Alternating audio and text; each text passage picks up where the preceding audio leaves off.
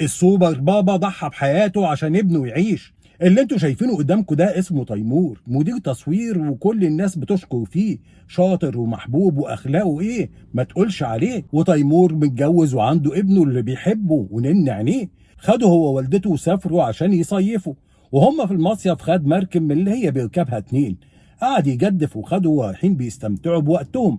لكن مع الاسف فجأة البحر يعني مش مضمون، الموج عالي وفجأة اتقلب المركب. ولما اتقلب المركب ابنه وقع في الميه، وتيمور كأي اب اصيل اتحركت الابوه جواه ونزل ونط عشان ينقذ ابنه من غير ما يفكر في اي شيء. وفعلا قدر ينقذ ابنه وطلعه على المركب. بس مع الاسف تيمور قلبه وقف وابتدى يغرق ونزل في الميه، وما كانش فيه حد قريب لكن ساب ابنه متشعلق في المركب. جم الناس وانقذوا ابنه وودوه المستشفى. بس مع الاسف راح تيمور وهو بيسيب اخر مشهد ابنه يشوفه لابوه البطل، ابوه اللي قادر ان هو يضحي بحياته من غير ما يفكر عشان ينقذ ابنه.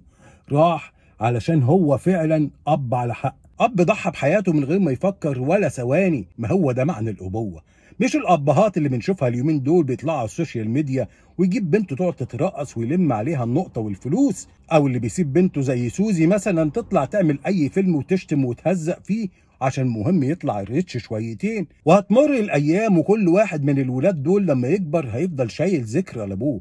بس ابن تيمور الله يرحمه هيفضل فاكر دايما ان ابوه كان سوبر هيرو، اب الابوه بتمشي في الدم عنده وفي العروق. لكن الامثله التانيه اللي بنشوفها على التيك توك وبنشوفها في المجتمع من وخص من ابهات هيفضلوا فاكرين ايه لابوهم، هيفضلوا فاكرين ان ابوهم شخص انا اسف وضيع. ده حتى في ابهات بيهد البيوت بس عشان خاطر مصلحتها من غير ما يفكر في ابنه ولا في المدام ولا في العيال، ويمشي ورا شهواته ونزواته ومش فارق معاه البيت. او اللي باعها عشان تتجوز جوازه غاليه من اللي بتحين الاسره، ساعتها هيبقى نظرتها لابوها ايه؟ هتترحم عليه ولا هتلعنه وتقول الله لا يسامحه، قضى على حياتي وحطني في القفص مع واحد كبير قد ابويا. يا جماعه الخير، قصه تيمور دي قصه ملهمه لاي اب يعني دماغه مش شغاله صح شويتين.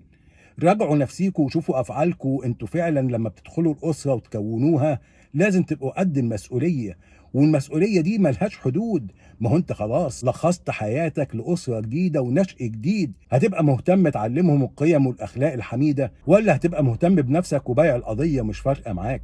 هتضحي بنزواتك وشهواتك علشان تحافظ على الاسره دي وتطلع نشء سليم، ولا هتبقى ماشي في السكه العوجه ومكمل حياتك ومش فارق معاك اي حاجه، اهو جوازه وولاد وجايين وبالسلام؟ علشان كده لازم نتعلم من تيمور يعني ايه تضحيه.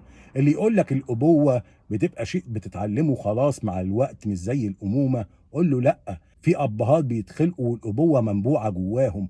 وهو تيمور الله يرحمه ادانا احسن مثل.